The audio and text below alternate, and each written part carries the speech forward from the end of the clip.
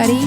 This is Melanie Headley, and you are listening to ToRAISE Questions Doula podcast. I am here with Thérèse Hakoun, the Executive Director of ToLabor, which is an international training, certifying doula organization. I always get hung up on that one. It's a lot of words. Hi, Melanie. It's like ToLabor is just the acronym for who we really are. Mm-hmm. So you're lucky that I don't make you say that as well. Because I'm so used to saying ToLabor. I'm going to start having anxiety dreams about that spiel. I know. Getting it right. You know what's funny? Speaking of anxiety dreams, and I'm sure everybody is sitting on the edge of their seat right now. I've been teaching workshops for over 20 years, and I still consistently have bad workshop dreams. I mean, it's always, I'm teaching a workshop and it is out of control. Either the people are out of control or I've forgotten things. Or the projector's broken. Yeah, just the worst things are happening. And I don't have any anxiety about going to teach a workshop. Isn't that funny? At all. So I wonder what it is. My anxiety dreams still are based around waiting tables. So I'm wearing like broken flip-flops or something. I've lost my wine key. And yet you wouldn't be anxious to go waitress, right? It's so funny. It is weird. And I've had 20 years of bad workshop dreams. And fortunately, in reality, none. I mean, none of those things have come to pass. Thank God. Yes, that's good. So here we are today. Yes. I'm really excited about this episode. You're not going to hear much from me in this one because I've got to dash out. Life as a mom. I've got some sick kiddos at home. But I'm really excited about what you are going to talk about today. Yeah. So we have a guest, a labor and delivery nurse, and she's sitting here with us, and you'll meet her in a few minutes. And we're going to talk about many things birth related. Yes. And I've had the privilege and honor to work with her many a time, and I just adore her, and she's one of the best for sure. Well, that's great. Yeah. That's good. And Thérèse, do you have a workshop coming up? Yeah, we have quite a few, but just to mention right off the bat, we have a Richmond workshop, January 13th through 15th. Not a lot of spaces still left, but a great opportunity to start the new year with this workshop would be wonderful. And I always think the Richmond workshop is just so good because there's such a hub. Richmond is such a hub for natural birth, really, and just being excited about birth. We have so many good resources here. So I always think that Richmond is definitely one of the best. And Richmond's a great place to visit. Right. So I think it's the energy that you're talking about. Yeah. It's really lovely. And also, just to mention again, February 3rd and 4th, we are having the perinatal loss and traumatic grief workshop, 2 days, taught by Carla Helbert. It's going to be awesome. The deadline to register for that is January 6th, so please don't wait. I mean, at least register with a down payment, and then the remaining payment is not due until the day before the training. And if you need some assistance with a payment plan or something, please contact the ToLabor office at tolabormembership@gmail.com. Great. So, and then check the calendar for the rest of the workshops that we have scheduled right now. And there's more to go up on the calendar that just haven't been put up there for the rest of, for spring and heading into summer. Okay. Yeah. Cool. And we would really like to thank our wonderful sponsor, Latched Mama. As always, we love your stuff and are shouting it from the rooftops. And I love just talking to my clients in their prenatals or postpartums about how they can really be comfortable and cute afterward when they're nursing. And I've seen a couple pictures online recently from some Latched Mama wearers and workers, actually, some employees wearing Latched Mama stuff pregnant. So it's cute and it's stretchy and That's true. I mean, you don't have to wait to nurse to breastfeed to wear these things. Yeah. As we've talked about before, we wear them and we're neither. Neither of us are nursing. No, currently. and I do not feel like anybody's looking at me and thinking, why is that 59-year-old woman wearing a breastfeeding shirt or, top? They just see it as But you could always clothing. just whip them out whenever you wanted to. And man, when I've held, it's so weird. I've been helping a new neighbor of mine with her baby periodically, and he's just a tiny little, he's about not even quite 2 months yet. And it's really hard. I mean, please, everyone, don't get get riled by this. I did not do this, but when he's crying, it's really hard for me not to put him to my breast. I know. Because it's such a innate, and I haven't nursed in 22 years, but it's still such an instinct to me, like, God, I just want to put you on my breast. Yep. Like, but I can't. I have to give him a pacifier or a bottle of pumped milk or just shushing and swaying him, back and forth. But so I guess I could wear my breastfeeding, but I'm not going to do it, everyone. I totally understand that feeling. So I'm sorry you're not going to be here, Melanie. And I'm sure everybody else is too, but we hope your kids get better. Thank you. And I cannot wait to listen. Yeah. So we'll be back real soon.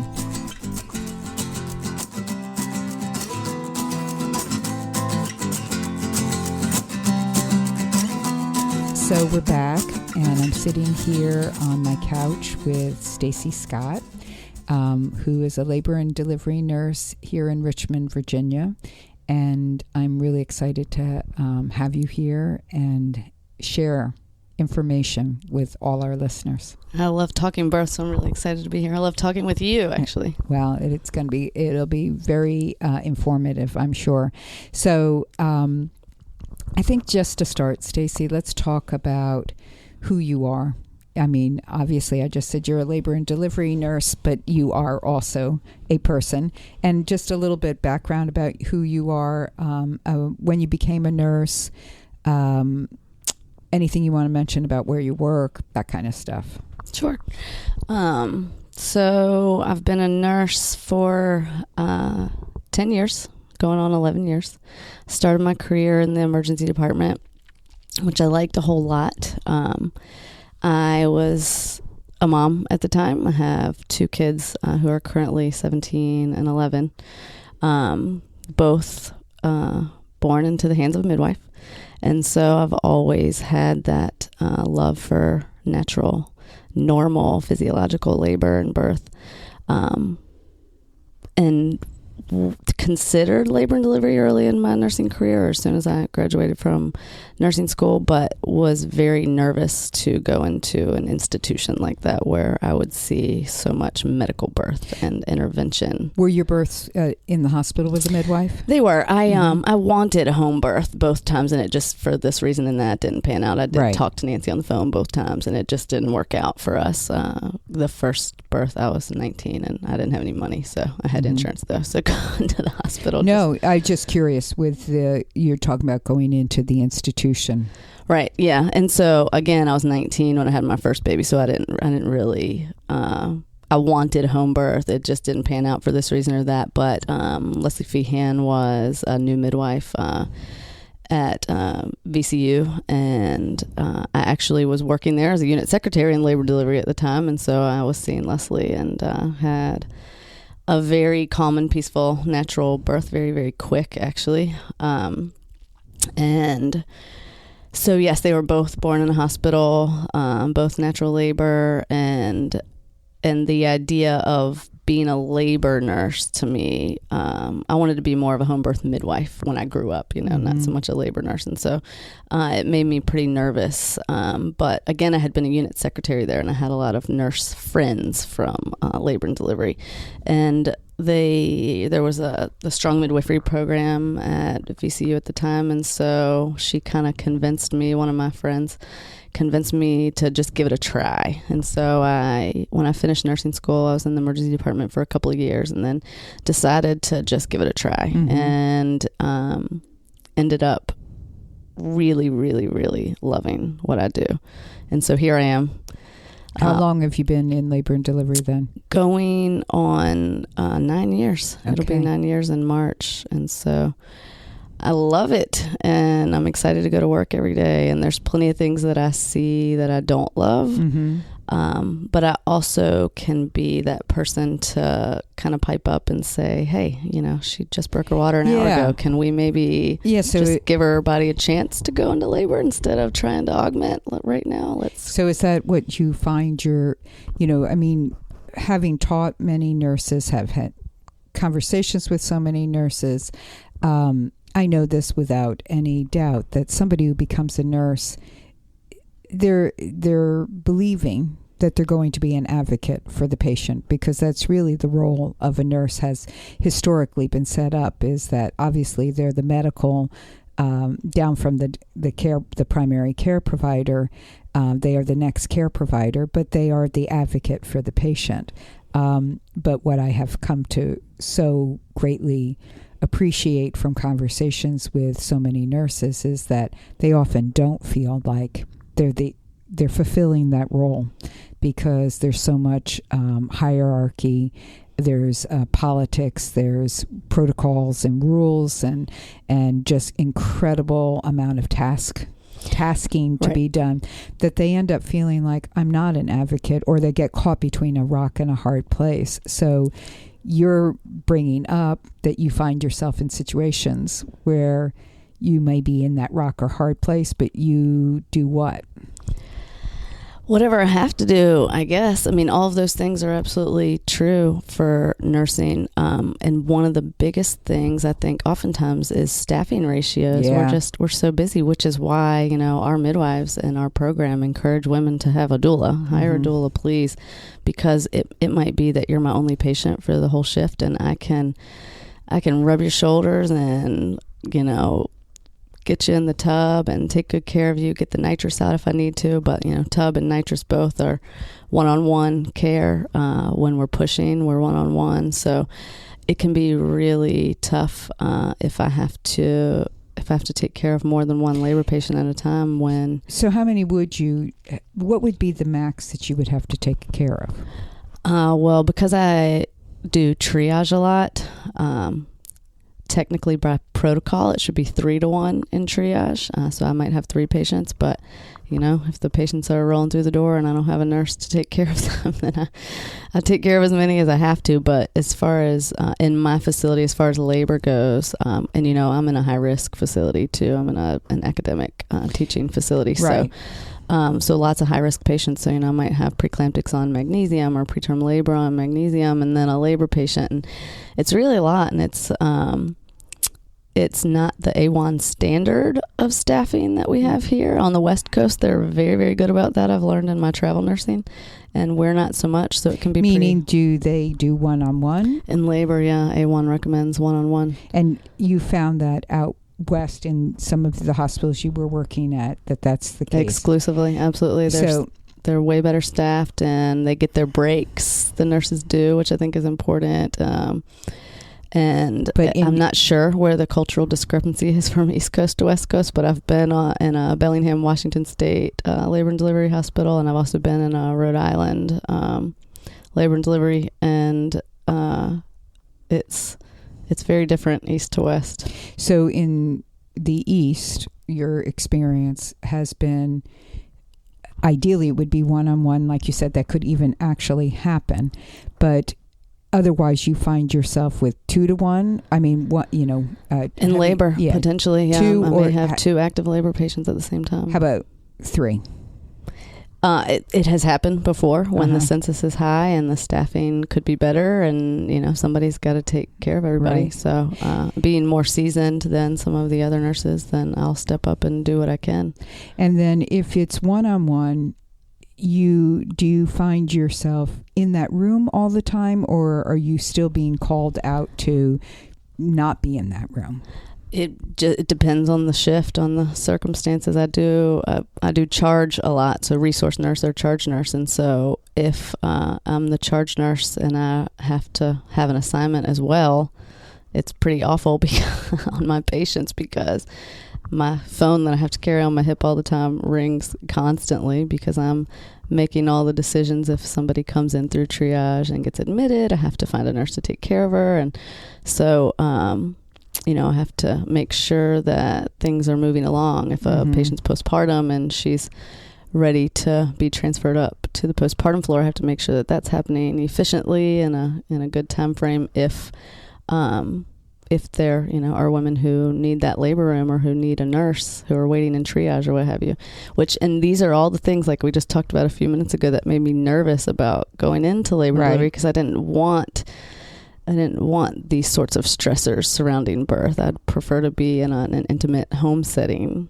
taking care of a laboring woman. But the ER nurse in me likes the excitement of it all and making it work. Well, somehow. And we also say this a lot, Stacie. It's that I'm grateful that you are not at home. And I say that not that because I would be not grateful if you were at home, but that you have that spirit about yourself and you have that knowledge and you have an intention to give good care to your patients. But if you have the background of physiological birth as the norm, then what you bring to that hospital birth room is invaluable. That we need nurses like you who are actually, their heart might be somewhere else in some ways, but they show up. You show up at that labor and delivery floor with that same spirit. So I'm grateful. I try. Well, thank you very much. I try very hard, and I'm very blessed to be surrounded by many like-minded nurses who also are, I hate to use the word fighting, but who are really pushing for what's right for a physiological birth. Yeah. So, I think that's, again,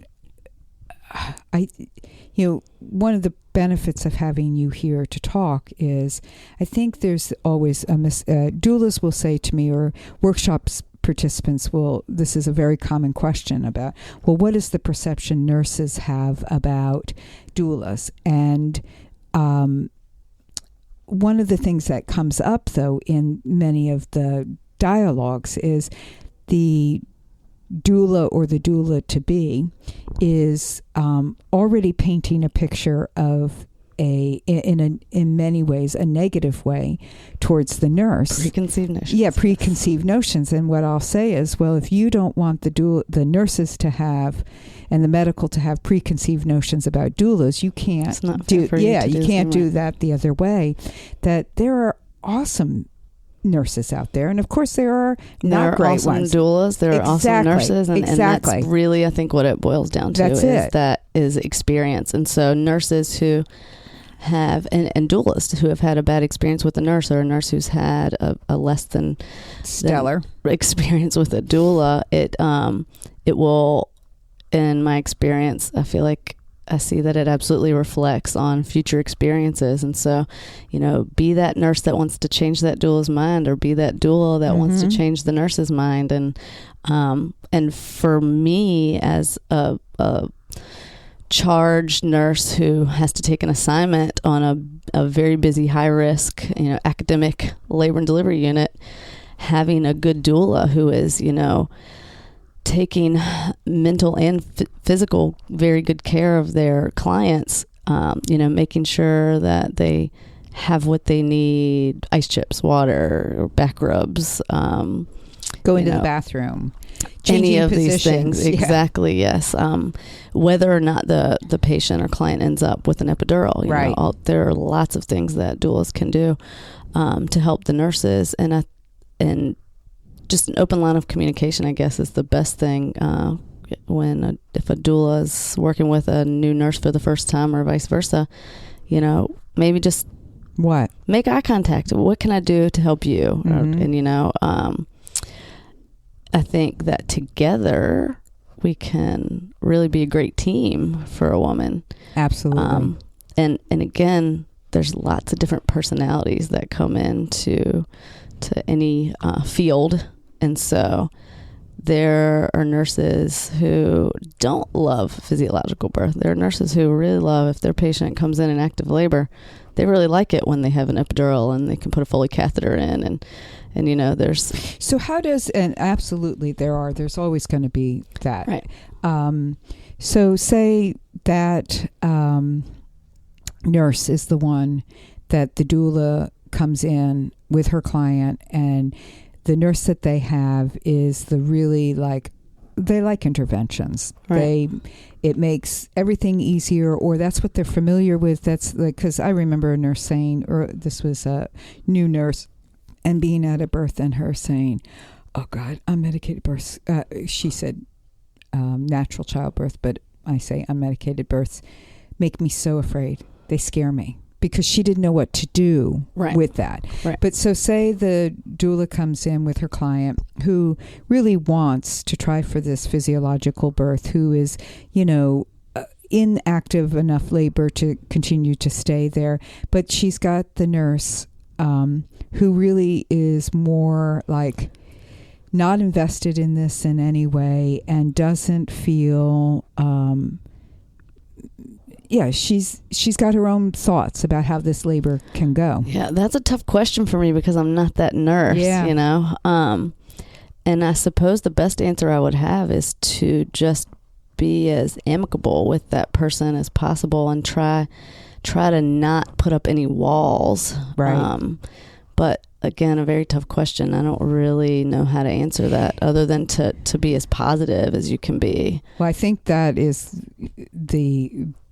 probably the supreme advice, in the sense that don't go in antagonistic, with antagonistic behavior and create more of a problem, working with the situation. But, since you have been a nurse, since you have been a charge nurse as well, what is the protocol? And it may be different in every hospital, but you've worked in a few different hospitals. What would you say is the general protocol if say that same circumstance I was just talking about, but the patient/client really is not feeling good about this nurse? It's not the doula who's not feeling good. I mean, she may be feeling that way, but that's not her problem. It's the patient themselves is feeling like, I don't like how she's treating me, or the doula saying, how do you feel, is witnessing this, and how do you feel about how you're being my best advice there is for the doula to stay as far away from that as she can, and to allow, hopefully there's a partner there who can be the his or her partner's bulldog, if you will. And if mom is working too hard or not in a position to have to deal with it, ideally I would say let the partner deal with that. And I've had that before, when I had a nurse come in to help me. This was actually a TOLAC, so a trial of labor after cesarean, after 2 cesareans, and this was before ACOG released supporting statements for vaginal birth after 2 cesareans. And I had a situation where don't think there may have been a doula. I actually can't remember. But the second nurse came in to kind of help me just get the patient settled and started. She came in very active, and I'm trying to get heart tones, while she's kind of rocking and moving. And this nurse is a little more on the nervous side. And so she came in, and Dad felt her energy immediately and said to me, we really need to get her out of here. And so in the most polite way to my colleague, I did. I got her out, and everything was fine. It was a beautiful birth. And it turns out we went to the same high school together, the couple and I. And everything turned out very, very nicely. And when everything was said and done, we were able to talk about it. And that nurse actually came back in, kind of apologized for her nervous behavior, and everybody was friends. And that's so good. It was fine. So I think that a doula trying to have a career in a certain community, it's really best for the patient to be the patient or her husband or her wife or her partner to speak up and say, the energy in here's bad. We is their new nurse. Could we try a different nurse? This just isn't really meshing. Okay, perfect. And I'm so glad. And I hope everybody has heard this very clearly. This is something we talk about in workshops, and what I stress all the time. It is not the doula's job It is not the doula's job to intervene as far as going to saying to the nurse, you're not treating this person well. We need to, a new nurse, or go out to the desk and say, could I talk to the charge nurse? Sure. Or those are not the roles of the doula. Just what you said, if you want to establish yourself in your community also and be able to walk into with a good reputation, and for people to enjoy working with you, right? And not feel like they're going to be confronted. That is important. But the other big reason is it's not your job. You are an advocate in the sense that you're helping them find their voice. Right. So yes, just like you said, Stacie, if the laboring person themselves cannot, conjure up the energy at that moment to say, I don't like this, or can I speak to a charge nurse or something, it's the partner's job to do it. I mean, that is their role of becoming parents. Right. That's not why you're paying your doula. Exactly. Just to be clear. Right. And,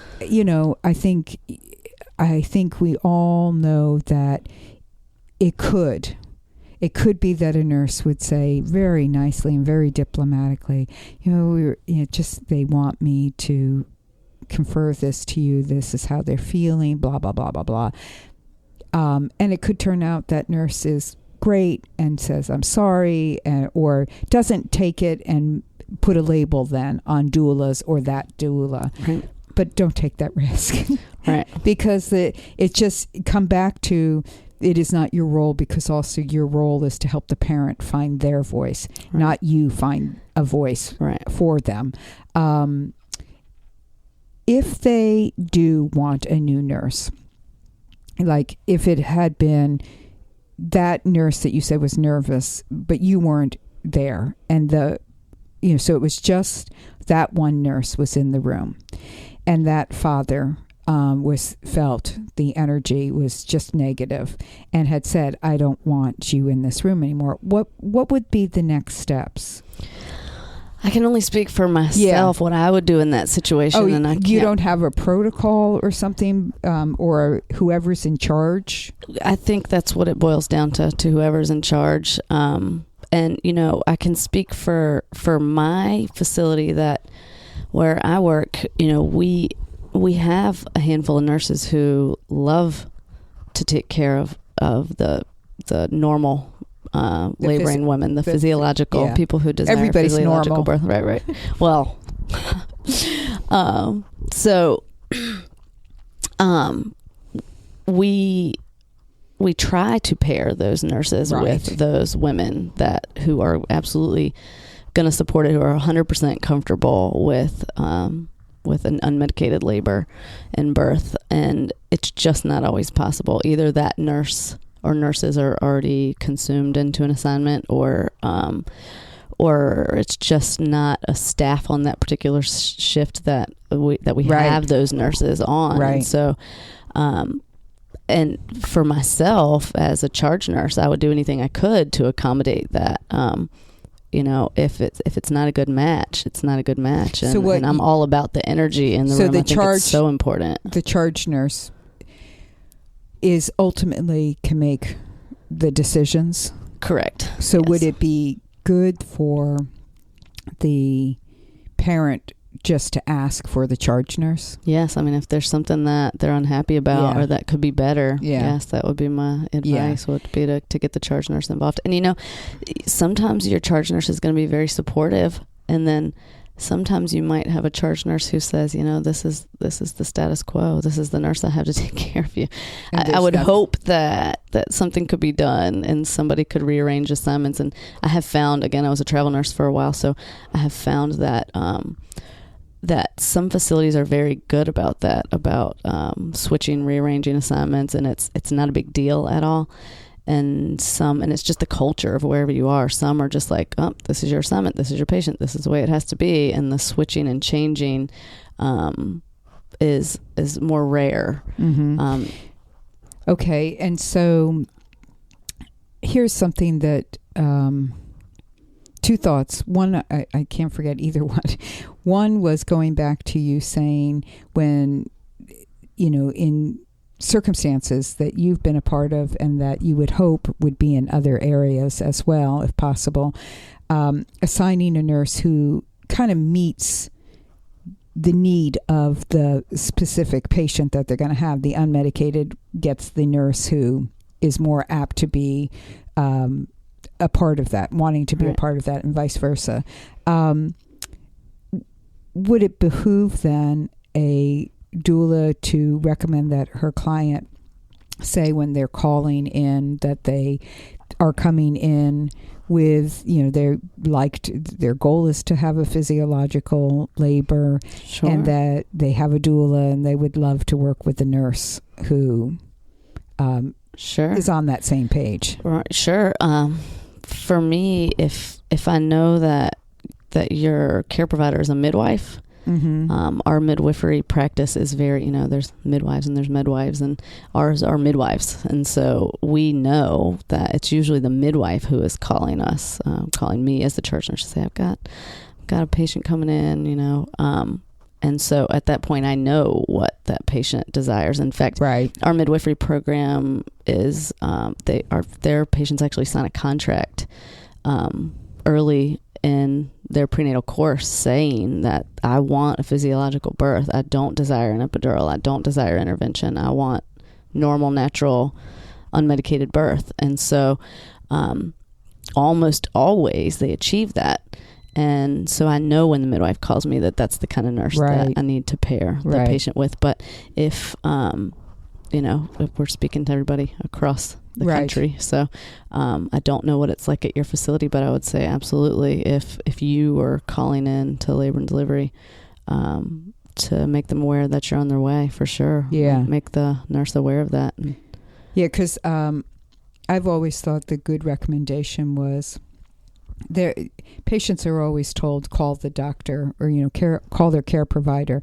If it's a OB, and I always hesitate with, because I don't want to be us against them or dividing, having these separate categories. But there is truth that there can be such a different relationship between a midwife and her patient and a doctor and their patient. Most of the time, the midwives are having their patients call them directly to fill them in about what's going on during the labor, just as they would do with the doula. But with doctors, so often it's like, well, call me when you think you're in labor. And the common comment often is, well, come on in and we'll check you and see where you're at.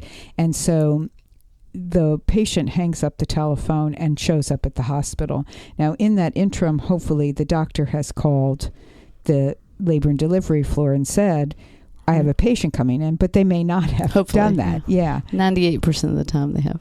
Yeah. And so our recommendation is the parent to be or the partner call labor and delivery floor directly. Get that phone number to that nurse's desk. That's great advice. Yeah. Does that sound like a good idea? Yes, I think so, for sure. Because then you have a total heads up. Okay, we're getting this patient. This patient is planning. Well, and I have the time that it takes them to arrive at the hospital. I have that much time. Speaking from a charge nurse perspective, I have that much time to do some rearranging or to just kind of really look at what I've got going on and who I can pair up. Right. Which leads me into the whole triage discussion. Right. So because you're doing triage. Yes, I do a lot of triage. And I prefer that assignment. If I'm in charge, I prefer to just take the triage phone as well and triage everybody, and then I know everybody who's hit the door. So 12 hours later, when I report off to the next charge nurse, I know I've met everybody who has come through triage and kind of have a little bit of an idea of what's going on with them. So midwife patients in my facility are less likely to go through triage because they're being coached over the phone. Most of them have a doula. So most of them are arriving in very active labor. If they're not, if we're not a little nervous, they're going to have a baby on the elevator or in the lobby. And as soon as they hit the lobby, if they're working hard, doing the labor dance or, moaning or in obvious active labor, they just come, they don't even get registered formally. So they do, it's happening, but they're not sitting in front of the clerk getting registered. We, either the midwife or the nurse immediately goes out to get the patient and settle them into their labor room. And so, that's the ideal. That's the ideal. Now, if you have a doctor, Mm-hmm. an obstetrician instead of a midwife, and who says, who's not going to spend quite as much time with you on the phone historically Right. as a midwife is going to, those women are going to be more likely to come and sit in triage. And so, our assessment skills are usually pretty spot on. If I go to get somebody from the lobby and they're in obvious active labor, I can usually tell within about 2 minutes. And so I will take them straight to a labor room if it's obvious to me, or if it's obvious that they've broken their bag of water and it's leaking all over the wheelchair or the lobby floor or whatever the case may be. I'm going to take them back to a labor room. But it might, if you're not working obviously very hard, then you're probably going to end up in a triage room and kind of get an idea of what's going on with you. So what happens in the triage room? Like, so they come in, can other people come in with them to the triage room? So, we have a lot of social screening questions Mm-hmm. from a nursing perspective that we have to satisfy Right. and document. And so, again, if somebody's working, I hate to separate anybody from their partner or from their doula, but it's important for me to ask if you're safe at home Right. in a private room with just me and you face to face, or to ask if you've had abortions, and, Mhm. it might be that your spouse doesn't know Right. that you've had an abortion, or your partner or what have you, or your doula or whatever. Or your mother. Do you smoke cigarettes? It might be you sneak a cigarette here or there, you know what I mean? And so, not that you'll be forthcoming with me, but I at least have to try to ask in the most appropriate setting, which would be privately. Right. And so, and then if I don't bring everybody back alone, then the next time they come in, say they get sent home, they didn't break their bag of water, they thought they did. We triage them, we realize they haven't broken their bag of water, send them home, and they come back. The next nurse lets them both come back at the same time, or vice versa. If the first nurse had let them come back together, and then the subsequent visit, that nurse separates them, people get pretty upset about that. Well, the last time I didn't have to be separated, So I hate to do that, but I do think those questions are important. For us to know, or to whether or not we're going to get an honest answer. I'd like to know that you're safe at home, and so that's a tough one. But my practice is to go to the lobby, get the patient, make eye contact with the partner, make sure they know this is only going to take me 5 minutes to get her settled in. Please just give me 5 minutes. My clerk's going to send you right back in 5 minutes. So and my clerks know, like, I need 5 minutes and 5 minutes only. If I call you and I need more time, fine. But give me 5 minutes and send them right back. And so, I've just very recently, there was a language barrier issue with in a very, very busy shift. And I had, a Hispanic couple who neither of them spoke English, and poor dad ended up staying in the lobby for about an hour. And I felt awful, but it was a situation where one particular nurse brought mom back to get her settled, and this was an induction, I believe, actually, and then I was the nurse taking over on her, and I was really busy, and I'm trying to get mom all settled in, and finally we realized that dad's still sitting in the lobby. And, she was trying to tell me, but as soon as she tries to tell me, and I can't quite understand what she's saying, and I'm trying to get on the interpreter telephone, but then my phone rings and my patient next door is like, I don't know, ready to push or something like that, and so it was a terrible situation there. But so with the patient, you're saying you make it really clear, I just need 5 minutes, and the clerk comes. Very much so. But that's not always going to be the case. Not always the case. Because I've heard stories from doulas who have gone into the hospital with their clients because their clients feel like it's time to go, regardless of whether the doula feels like it's time to go. Right. They're respecting they're following the lead. They've done their job as best they can. Now they're following the lead of their client who says, I want to go in. So they get there, and in many circumstances, everybody's separated. And separation can be the entire time they are observing this patient. And it can be an hour, 2, 3 hours. And in that time, that person is without support. Right. And sometimes they may have their partner with them, but the doula is not allowed back. And the doula, this is what they feel, and I can see how this has been communicated to me, and I can see how this must be the feeling. Like, I'm disconnected now from this person. My job is to support them. There could be conversations going on in there and options and choices that I need to be helping make sure that they know about. Are they being forced to, I think, again, that comes down to where the patient herself or her partner need to put their foot down and say, we paid money for this doula to be with us, and she needs to be a part of our decision making. So, and I totally agree that as patients, everybody has the right to speak, period. Absolutely, right. And not be afraid to do so. This is your birth. This is your labor. But they may have a nurse, and I know this can be, who says, well, I'm sorry, but we just don't allow that. We only allow, or we'll get them in here. There's no need right now. Man, I certainly hope that's not something that's coming out of my facility. Well, it happens, Stacie. Right. It just happens. I could absolutely see that it happens, and it's awful. I hate to hear that. And, at my facility, this isn't such a great thing. I don't think we have an open visitation policy. And so it ends up being the nurse's discretion. It should be what's safe. But mom can have as many people in her labor room as she wants. So it's not a 2-person rule. Correct. Now, at my hospital, it's not. Was it, when you first started working there, was there a 2-person rule? Do you remember? 2 or 3, I think. But, again, we've had a midwifery program for a very long time, so and work well with doulas, I think. Decision to change that to an open. So that's something that people should look into also is what is the visitation policy. Right. But triage, it just worries me. What I guess I want to clarify with you is, do you feel that besides the patient always has the right, which is my big stress thing of wanting always to stress, is how does the doula prepare their client for that possibility? And what do they say? Yes, use your voice, ask for the charge nurse, then ask for a higher up. I mean, or just again, get the don't partner. Put walls up. Being as positive as you can be and as friendly as you can be with people. I think, you attract more flies with honey, as the saying goes. So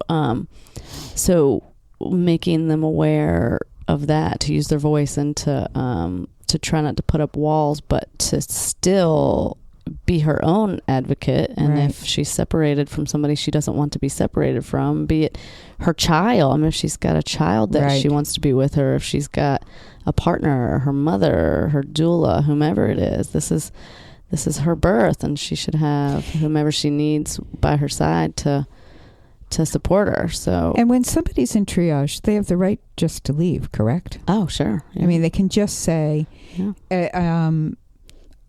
I don't want to be here anymore. Right.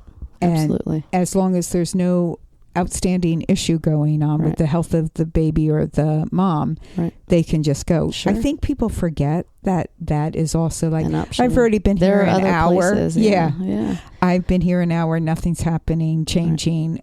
I want to leave now. Right. And that's something I think women need to understand when they decide to have a hospital birth, is that, a hospital can be a busy place. And if there is something going down of an urgent or emergent nature, in the middle of the night, for instance, it takes half of my nursing staff sometimes to orchestrate an emergency cesarean section, for instance. And so if I have 2 physicians scrubbed into a C-section, 1 nurse scrubbed into the C-section, and then 2 nurses circulating the C-section, that leaves a minimal amount of staff for me to run the rest of the unit. Mm-hmm. And so one thing I wish that people or that healthcare providers would make more clear during the prenatal course for women who are birthing in a hospital is just that. Like, if it were you whose baby's heart rate has tanked and we have to consider an emergency birth, then you and your baby are going to get 100% of our attention. And it's a triage thing. We have to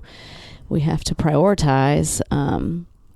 And so if you are in latent labor in a triage room, it's frustrating. And in our triage rooms, we don't have windows. They can feel confining, I think. And it's frustrating to sit there and not feel like you're getting the attention that you deserve. Right. And trust me, your nurses feel awful about that generally.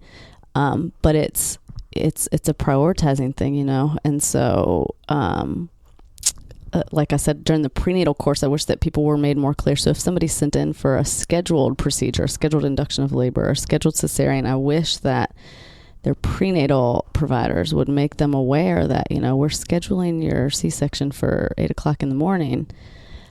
That being said, we hope very much that it will begin at or around 8 o'clock in the morning. Right.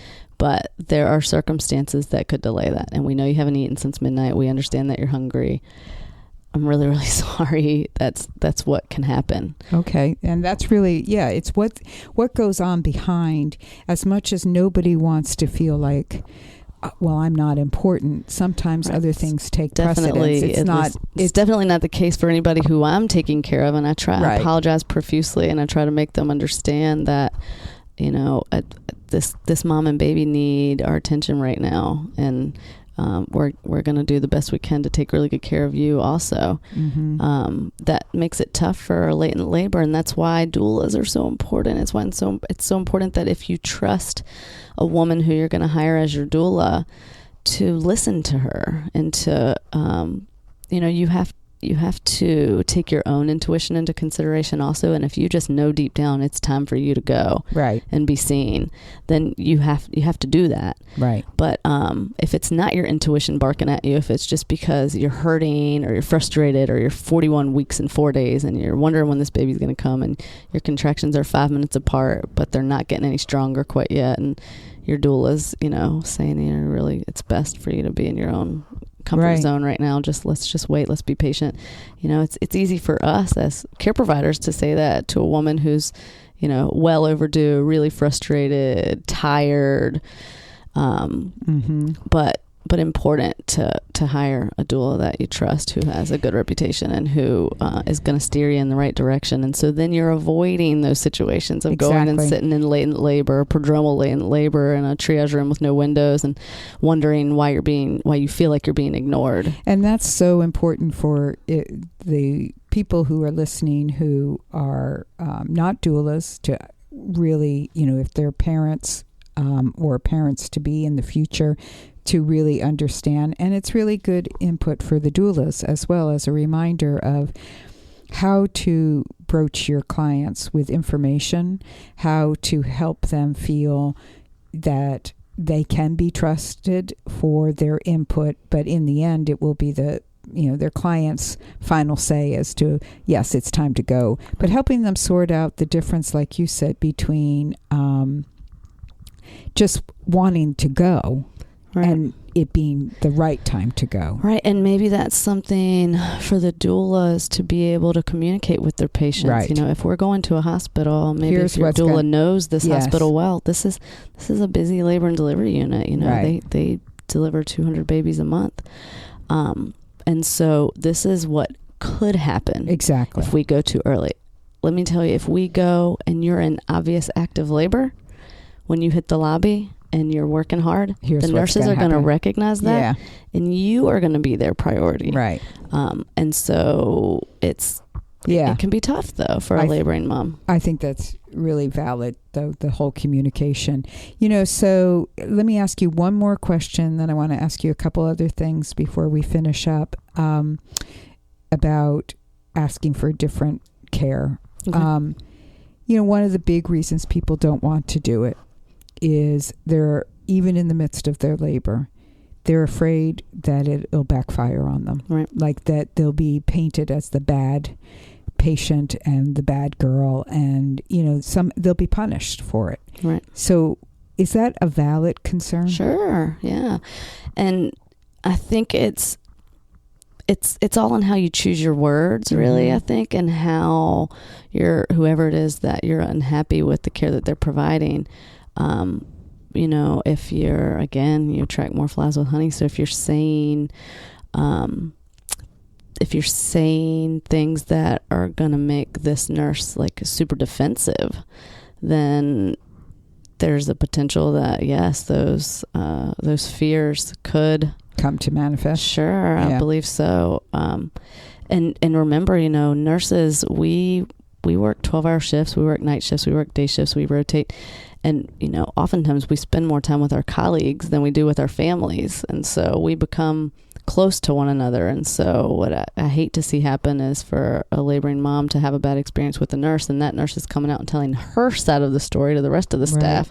And then it's like, oh, well, this patient's just unreasonable and that sort of thing. And so try to be reasonable as the laboring patient, Right. Which I agree totally with you. But I also want to, as a patient and as a person who wants to support people, I hate the thought that somebody would get punished for who's in. I do also. I know that. But for being aggressive, they're in labor, Right. It's not, you're not at your... I get it. But what I want to know is what I want to believe. So I want to know this. Is there somebody who's going to, so say the nurse gets pissed off at, I don't like how she is, and goes out and tells one of the other nurses, her friend, about it, blah, blah, blah. But this person really needs another nurse. Now, that charge nurse is the person who's responsible then, right? Will that charge nurse be a retaliator? I think potentially. I hope not. I certainly hope not. I've been saying to people, they're not going to. They're not going to be happy about the situation, but they don't want this to get worse, the situation. It's just they're women. Typically, I just say women because usually labor and delivery nurses are women. We all just have our own personalities, and I think that in my experience, the people who earn the role of a charge nurse are able to look at the big picture and are able to put out fires, if you will, be professional to... Because that's what I keep thinking. We stress, and I'm interrupting you only because it fires me up. What we stress to doulas is you are to be a professional, and you are not to let your emotions come into this as much as you may be feeling them. You are a professional there, and you are to act accordingly. So I say that with the expectation that those who are working there are professionals as well. And I would certainly hope that they are.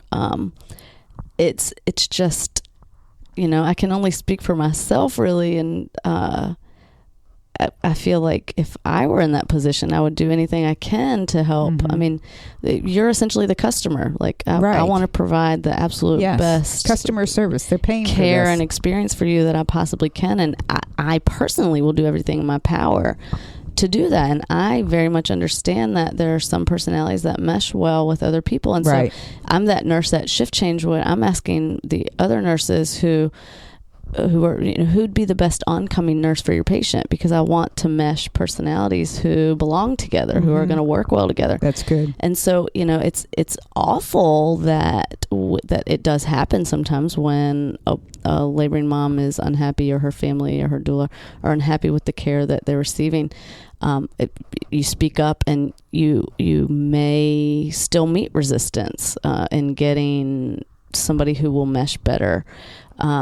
And I don't know. That's a tough one. That's a really tough one. And I appreciate your honesty about it, though, and the struggle with it, because I agree. Everybody has personalities. And though we stress that doulas need to be professionals, and still will always stress that and still believe that, I do know that people have personalities despite that. Right. Input and the importance. And good and bad days too. Well, you never know. This nurse might be 100% stellar every other time this doula has ever worked with her, and then who knows what happened before she came into work that night. Maybe she's PMSing. I don't know. But it's just something to really consider as doulas about what we talk about is establishing good rapport with the nurse from the minute you walk in the door. So it's that introducing yourself. It's, saying I'm here to help them, but of course anything I can do to help you, not ruling the room, working together. Right. And I think that goes a long way with changing the whole, setting the mood of how then the interaction can be, Right. and remembering that the nurse is just what you said. We don't know what is going on in their life or in the life on the floor right at that moment. They may be in the midst of a terrible labor, or things are getting scary, or something Sure. like Or that. whether it's something happening at work on the unit at the moment, Right. or home issue. Right. Hopefully people don't bring home with them to work, but Right. sometimes they do, and that's Right. just, we're only human. And so it's meeting that person where they are, because we stress the client, the doula is always meeting her client where she is, but it's meeting everybody where Sure. they are. So tell us a couple things about, like, when you're working with a doula, and I've gotten the strong impression that you like working Oh, very with, much so. yeah. What are the things that stand out, if you can think of, that makes it, what do you think, and maybe this is too tough, so you take it wherever you want to go, constitutes a good doula in your mind, like to work with as a labor and delivery nurse? Somewhat. Well, see, most of the doulas that I work with, I've been working with for many years, so that is a tough one. I know them all. I know most of them very well, and sometimes we have a new face. Just all of those things that you just said, being professional, making eye contact with the nurse when you arrive, introducing yourself. I'm new to the area, or I'm a brand new doula, or I've been a doula for this long, and just, talk a little bit about yourself and your experience. And offering a hand, whatever, please, just anything that I can do to help you, let me know. When I think a good doula is somebody who is very much supporting the client that's paying them to be there, is very present in the room with their client, and leaving home at home and being able to focus 100% on their client, who provides the things the nurse may not be able to provide, the counter pressure, the aromatherapy, get the lights, if you want some ambiance in the room,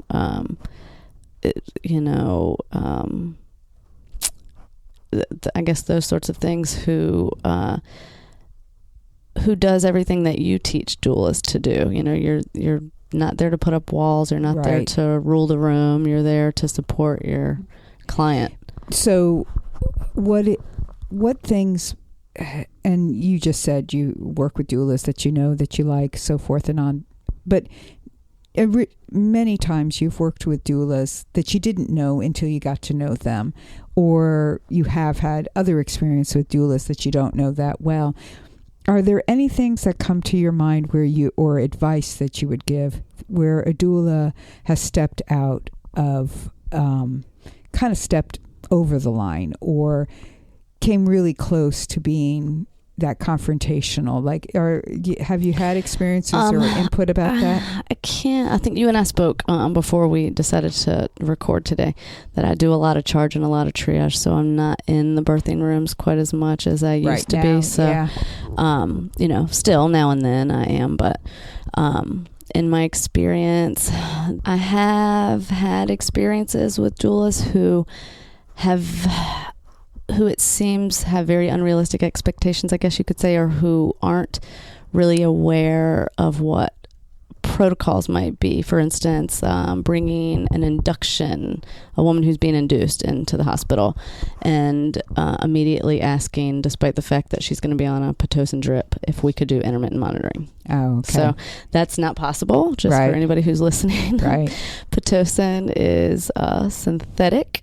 It is not endogenous, and we do the best we can to titrate it, and we're not Mother Nature, however, and so sometimes babies don't tolerate a Pitocin labor, and the only way for me to know that a baby is or isn't tolerating the Pitocin is to know 100% of the time. So having a doula ask that question immediately from the get, I'm like, do you really understand what's going on here today? Yeah, it doesn't set up a good first impression. Or what have you, right? And so those sorts of situations, I guess you could say. So be aware, when your client has chosen birth in a hospital, there are protocols. I can tell you, I am a rule breaker all day long. I use the brain in my head and not the protocols written on a piece of paper, or the policies, if you will. when I can keep my mom and her baby safe. Right. But some rules were made to be broken, and I'll be the first one to break them if they're unreasonable. Pitocin drip. Sorry, I will, if your baby's looked stellar, I'll let you have a bathroom break. I'll let you come off the monitor. And you'll offer, I know your hospital has, and some hospitals don't, but this is part of that understanding also. If they are going to be on a monitor, on a telemetry monitor, if that's available, would be better, just because then they have that ability to move around. Right. And we do, in my facility, we actually have the telemetry monitors in all 12 of our labor rooms. Which is awesome. And even, I believe, in at least 5 out of our 6 triage rooms even. But it's technology, right? And sometimes it's broken, and sometimes we can troubleshoot and make it better. And it has a battery life, and so sometimes I have to put it back on the charger and let it charge again. And so, but understanding that and understanding what's available and when it might be used, and this would be a good alternative, because if somebody's going to be on Pitocin, yes, that doula should know that means continual fetal monitoring. Sure, and should help with the education portion of that, to understand you don't want to be on Pitocin without continuous fetal monitoring, because your client should have already been aware of that too. But that, are there options around that, like if nothing else, still able to move within the constraints of the bed, and the wire as far as it goes, not having to just lay in the bed unless there's a good reason. Having the availability of a telemetry monitor, if that is the case, and what the limitation is on that. And so it might require that they go back onto the regular monitor if it does need to be recharged, or something of that sort. Go ahead. Well, telemetry monitors, when they do work, they're great. But when you're up and moving and doing the labor dance or in the tub, sometimes it's really tough with the wireless monitor. Doesn't always pick up quite as effectively as the wire monitor. So it can be tough. It's not always the solution. It's not always. Okay. And it depends on, for newer nurses are going to be quite a bit more nervous about when they're not comfortable with unmedicated labor, or they're not comfortable with typically they have a patient who's in the bed and strapped in, and it is very manageable in their eyeballs, that this is very easy for them to take care of. It's what they're accustomed to. And so when mom's up and moving and dancing and in the tub, and has to change positions every time she starts to have a contraction, or whatever it is that's working for that mom, it can be really tough to keep a baby on the monitor. So if it's possible to skirt intervention, do so, but sometimes they are required. And so it's all the more reason to shoot for a physiological birth. Right, but and then the doula's there to support still, no matter what, and make it as comfortable as possible. Right. Well, and and a doula being comfortable with the fetal monitor, that's actually going back to what a doula can do to help. Be aware, if the patient requires continuous fetal monitoring, be aware of that fetal heart rate.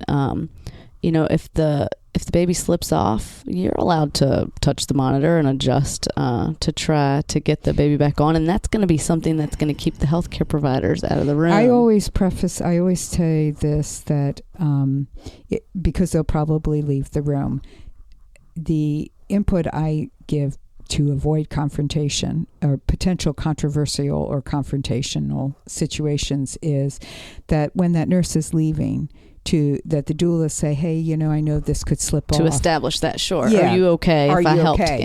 And any nurse with the brain in her head is going to say, sure, please help me keep the baby on the monitor. Please don't touch my IV pump. Right. But don't call me. If anything beeps, call me, please, because I can't always hear the beeping. Right.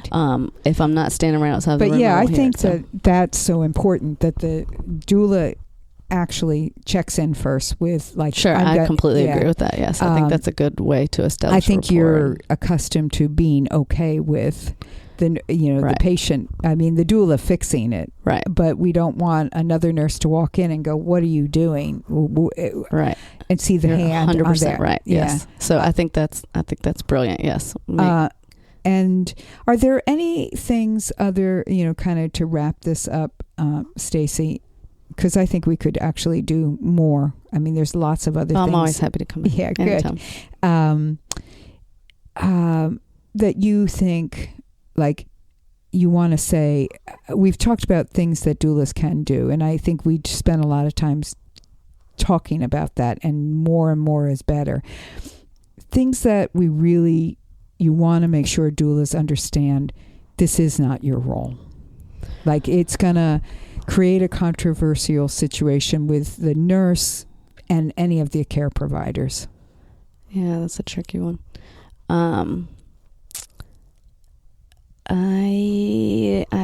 Let's see. Medical stuff, I guess, right? I mean, is it hard to hear? It can be such a hard thing because, does the doula have a relationship with the care provider, with the nurse?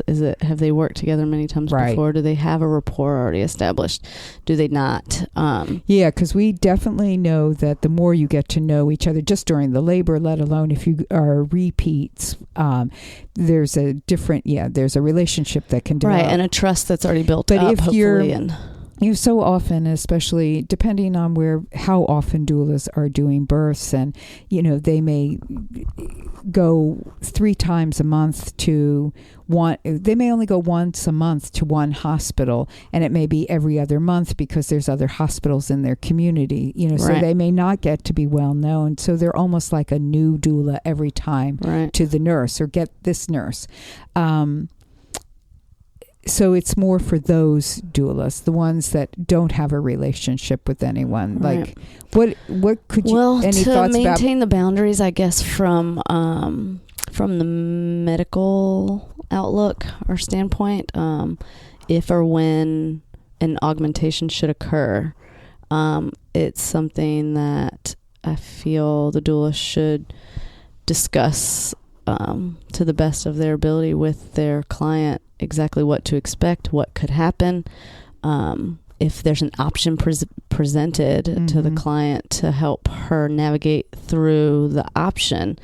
But let's say if the midwife is talking about, we probably need to augment, we need to start some Pitocin, and hopefully the care provider will help the client or the patient to understand why we've arrived at this decision. Right.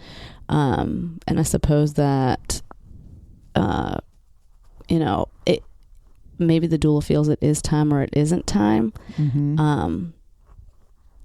I guess that could be. It's a fine line, isn't it? It is. That's why it's such a tough question to answer, I think, is, if you're an experienced doula and you really feel like she just hasn't had enough time, she doesn't really need to be augmented right now, I think you can put up walls easily if you don't walk that fine line. Yeah. Or if you're discouraging starting Pitocin for whatever reason that you have in your mind as a doula, and the midwife is, has in her brain feels like there's a good reason why we need to start. So I guess that could maybe put up walls or cause conflict. Sure. I would, this is something that I guess is just a given. It's a given in the sense that this is the hard road that a doula walks, is that they may be feeling like this is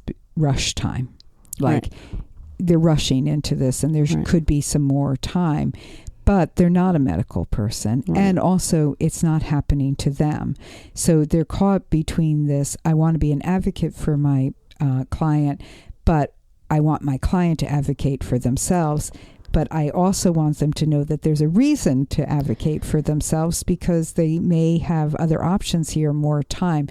So what about, have you had doulas say to a client, to your patient, do you need a little bit of time to think about this? Sure. I think that's brilliant.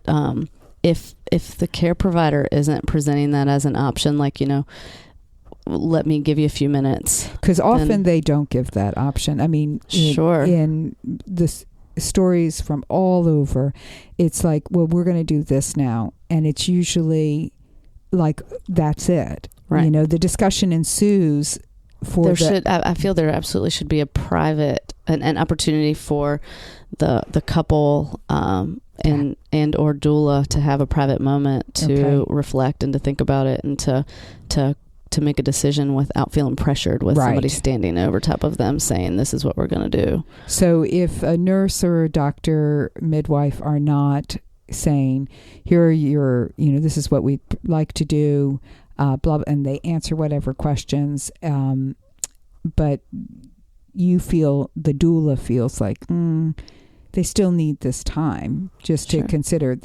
It would be okay for the doula themselves to say, do you guys need a little bit? Completely, sure. Good. Yeah, and good. I think that's a good way to go about it. Instead of saying to the care provider, say to the patient in front of the care provider, do you feel like you just need a few minutes to kind of absorb all of this and just, you know, wrap your head around it or think about it? And I think that's a very good way to go about that. Well, I want to thank you for coming and talking. Thank you for having me. I think what you help, you know, from your own words is something that we try to convey during our trainings, during our podcasts and such, is that each individual nurse is going to be different. I mean, we can talk to you and I could call somebody else to come in or on the telephone and have a conversation that would be very similar or very different in some ways. Oh, I can send you one of the nurses if you want. I can gladly do that. But I think what it comes down to, what I hear from you that I really makes me feel good is it's being kind to the people that you're, you know, when you're a doula and you come in, don't come in with the expectation that this is going to be a fight. Come in with the expectation that you're going to a birth. I mean, be prepared for one. Just in case. Just know that exists. Not a fight, maybe, but be prepared for conflict because it could arise. But I think just coming in and being positive and having being positive. I mean, you and that life pulls is full back of conflict. to energy. Like if you have this nervous energy about what you're walking into, I'm big on the energy thing. I think bad energy, I try to get it as far away from the labor room as I can. Right. And so if you as the doula have it and your patient could very much be sensing it, then that's no good. So and it's working, meeting the nurse where she is, figuring out how you best can work together, helping your client have their voice, but also having an understanding of how the system runs. I mean, these are the things that came to me real clearly in our discussion, you know, in this last hour about there are sides to this story, and we all want to be the professional, the doula, the nurse, the care providers, the facility, and all with the idea of that this person who is birthing is the one who is allowed to say or do anything they want. We have to be protective of that. So thanks, Stacie. Oh, thanks for having me. Yeah, I'm so glad you're out there doing this work, because that's what we really do need, is people who can be a light in some of the darkness out there. I feel very, very blessed to be able to do what I do. Well, so I'm so glad. So I'm happy. Thanks, everyone, and thanks for listening. If you have any questions or comments, please send them to us about this particular podcast, or if you have questions that are related to this, please send them to ToRAISEQuestions@gmail.com, and we'll do the best to answer them or have you on as a guest via the phone, or if you're here in the area, here in the studio. But we'd love to hear your input and your experiences with labor and delivery nurses, or if you're a labor and delivery nurse, what your side of what you think about the experience with working with doulas and how it can be better or how great it is, whatever the case might be. So thanks, everyone, for listening, and we'll talk to you again soon.